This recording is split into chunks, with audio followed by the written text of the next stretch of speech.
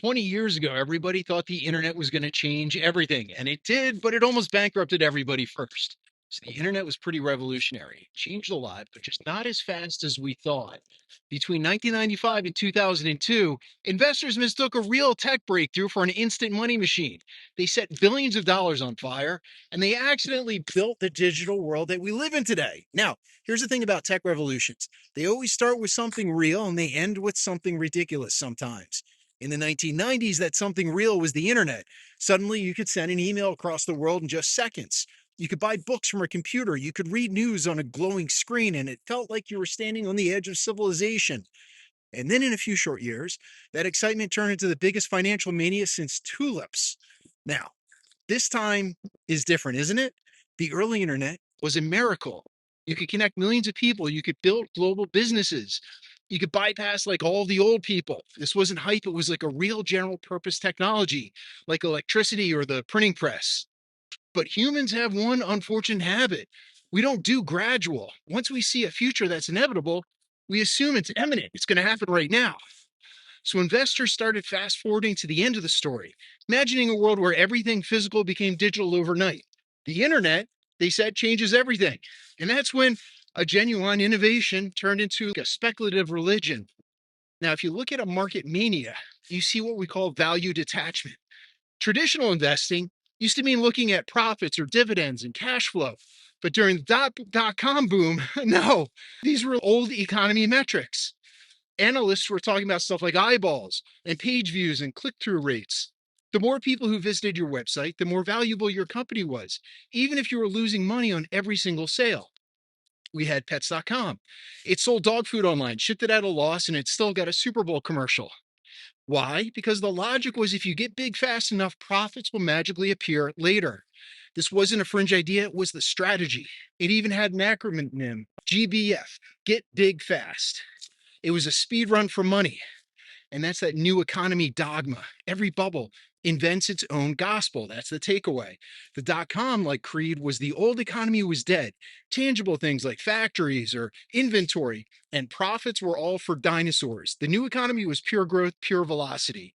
One venture capitalist even said profit is an old-fashioned concept. And everybody bought it. Venture funds tripled in size. Wall Street underwrote IPOs for companies with no revenue but excellent domain names. CNBC became a casino floor with better lighting. FOMO, fear of missing out, infected everybody. If you were a fund manager and you didn't invest in .coms, your clients fired you. If you were a journalist and you were skeptical, you were accused of just not getting it. Even like cautious investors got sucked in. Nobody wanted to be the last person that was not getting rich. Now, then there was a correction. And that's when like reality finally kicked in. By 2000, the fever started to break. The Federal Reserve was worried about inflation. They raised interest rates. That suddenly made all those future profits look way less valuable. And then the first high profile collapses hit. Pets.com went bankrupt. Webvan imploded. Suddenly, everybody realized maybe it was a bad idea to spend $1 to make 50 cents. The NASDAQ ended up falling like 80%. Companies that had IPO'd at $80 a share were now worth less than a coffee at Starbucks.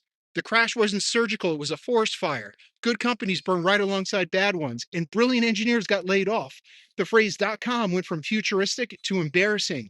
But beneath the rubble, well, something unexpected survived. After that crash, the stock went down, stuff was left standing. The money might have vanished, but all that infrastructure didn't. The billions of dollars that fueled that bubble paid for real stuff. You had fiber optic cables for Google, server farms, payment systems, logistic networks. All of that speculative mania had built the skeleton of the modern internet. Even failed ideas like online grocery delivery were just too early. A decade later, those same business models would return, but they were powered by your smartphone and GPS and customers who were actually ready. And the survivors, those companies that mixed real innovation with actual business sense, quietly rebuilt themselves from the ashes. The internet didn't die off, it just graduated. But there's a lesson here. Every tech revolution follows the same human script. You're going to get a real breakthrough. You're going to have an irrational overreaction. You're going to have an inevitable crash and then a productive aftermath.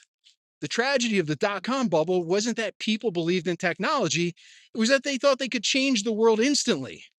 And in the long run, well, they were kind of right. They were just off by maybe a decade. So I don't know how that applies today to anything. That internet mania is going to remind you that every new technology comes with two layers. You got the foundation that's genuinely going to change the world, and the hype that builds castles in the sky. Now, the trick for a lot of us, the eternal question is knowing, where are you standing, where you're at.